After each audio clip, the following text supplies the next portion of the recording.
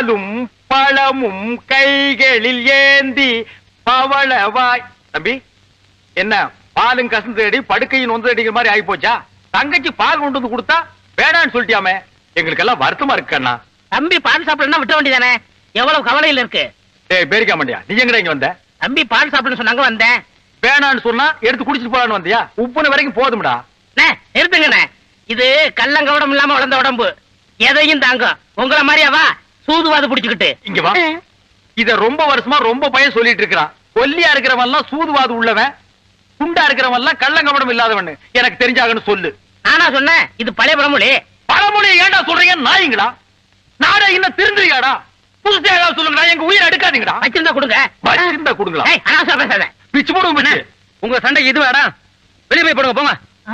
போடா நாதஸ் போடா. தம்பி, உன்ன மாதிரி ஆட்டக்காரங்களுக்கு உடம்புதான் கண்ணா முக்கியம். நீ ஆடினாத்தான் நாங்க அடிக்க முடியும், நாங்க அடிச்சாத்தான் நீ ஆட முடியும்.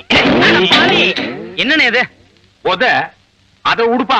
ஆமா, என்ன நீ குழந்தை மாதிரி அடம் முடிச்சிட்டு இருக்க? என்னென்ன நீங்களும் அம்மா மாதிரி பேசிக்கிட்டு?